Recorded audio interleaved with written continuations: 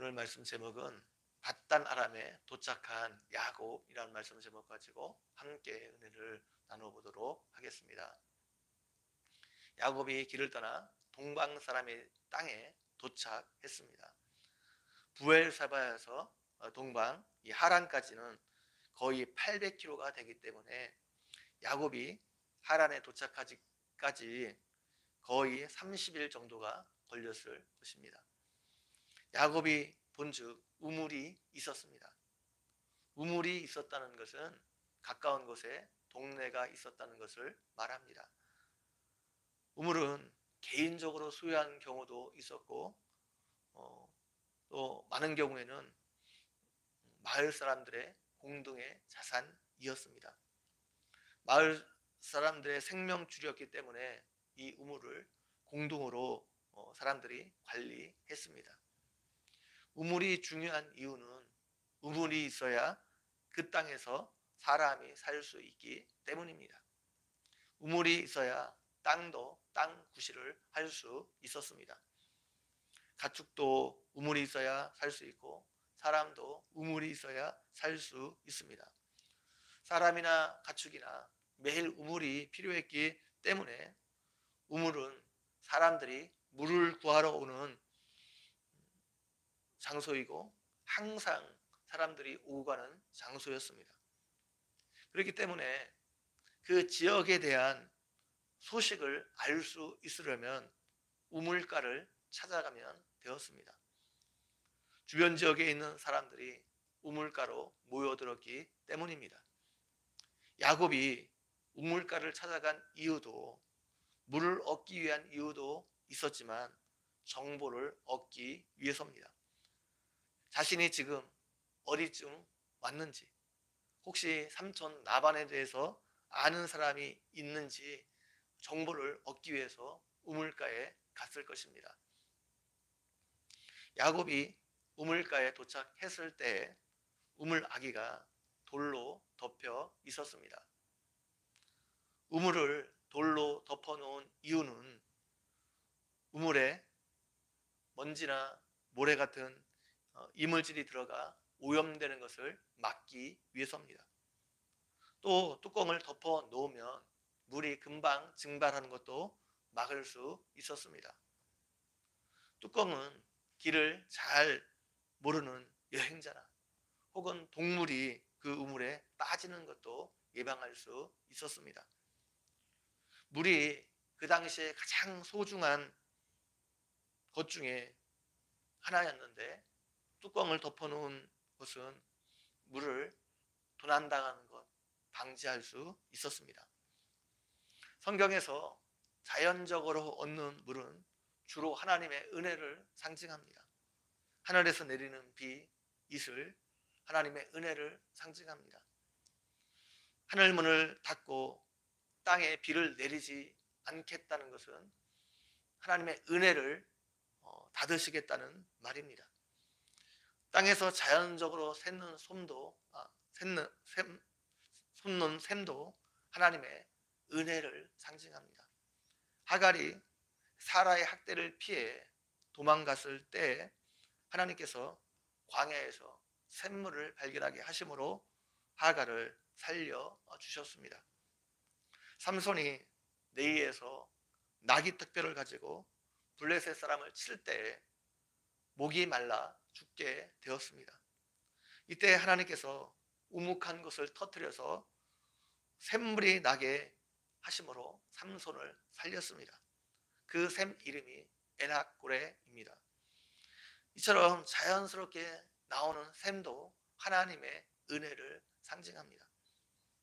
반면 인간의 노력이 들어간 물은 인생의 고난과 수고를 상징합니다.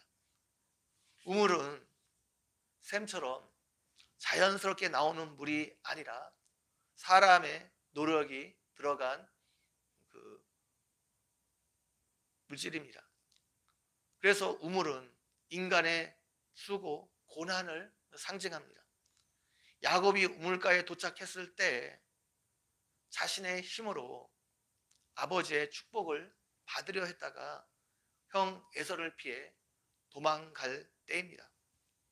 모세도 자기 힘으로 이스라엘 백성들을 위해서 무엇인가 해보려고 하다가 실패하여 도망가다가 역시 우물가에서 아내 십보라를 만나게 됩니다.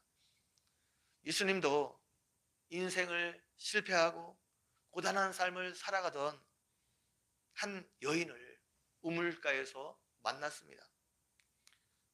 우물은 자신의 욕심을 채워버리고 무엇인가 열심히 노력했지만 결과적으로 자신이 원하는 것을 얻지 못하고 실패한 사람들의 모습을 상징하고 있습니다.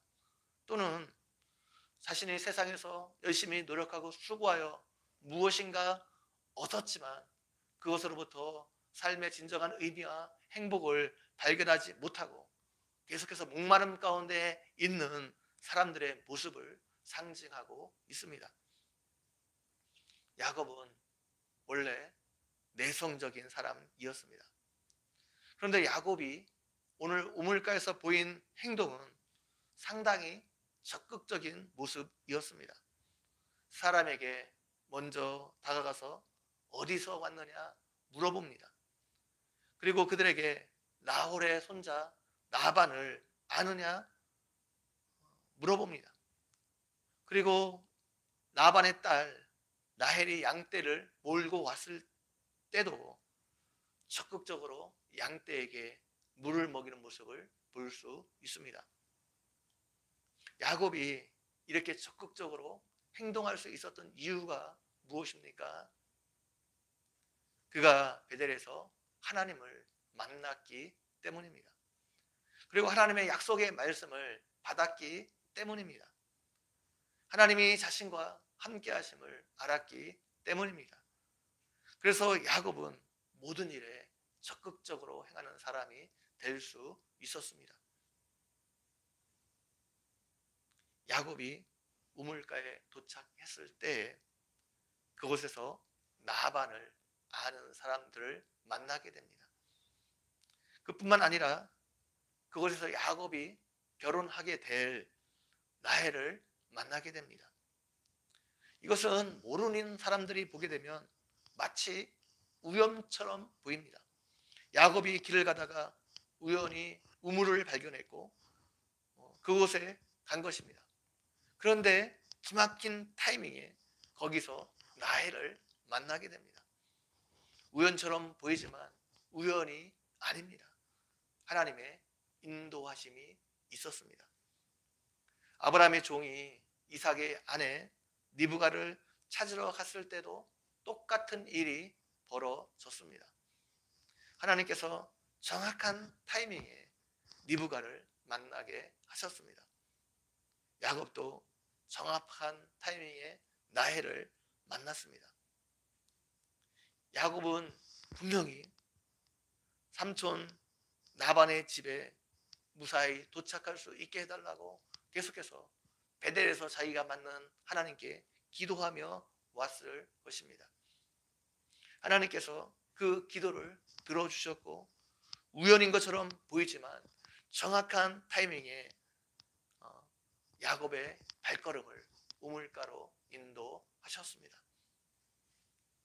사랑하는 성도 여러분, 우리 삶에 우연은 없습니다. 우리가 지나온 삶들을 자세히 들여다보면 거기에 하나님의 기막힌 인도하심이 우리 삶 가운데 있었습니다. 우리 발걸음마다 하나님의 특별한 인도하심이 있었습니다. 이 인도하심이 앞으로도 여러분과 함께 하실 것입니다. 이 인도하심이 여러분의 삶에 앞으로도 계속될 것입니다. 이것을 기억하고 우리 삶 가운데 역사하시고 간섭하셔서 우리를 도와주실 그 하나님을 생각하면서 감사하고 소망 가운데 하나님의 역사를 기대하며 하루하루 살아가는 여러분 모두가 되기를 주님의 이름으로 간절히 축원드립니다. 같이 한번 기도드리겠습니다. 하나님 아버지, 오늘도 말씀을 통해서 우리에게 은혜 베풀어 주신 것 너무나 감사합니다.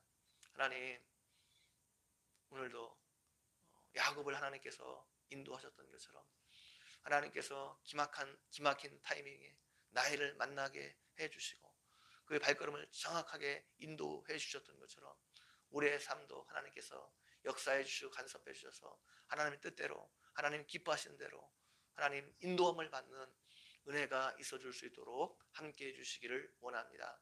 감사합니다. 예수님의 이름으로 기도 올려옵나이다. 아멘.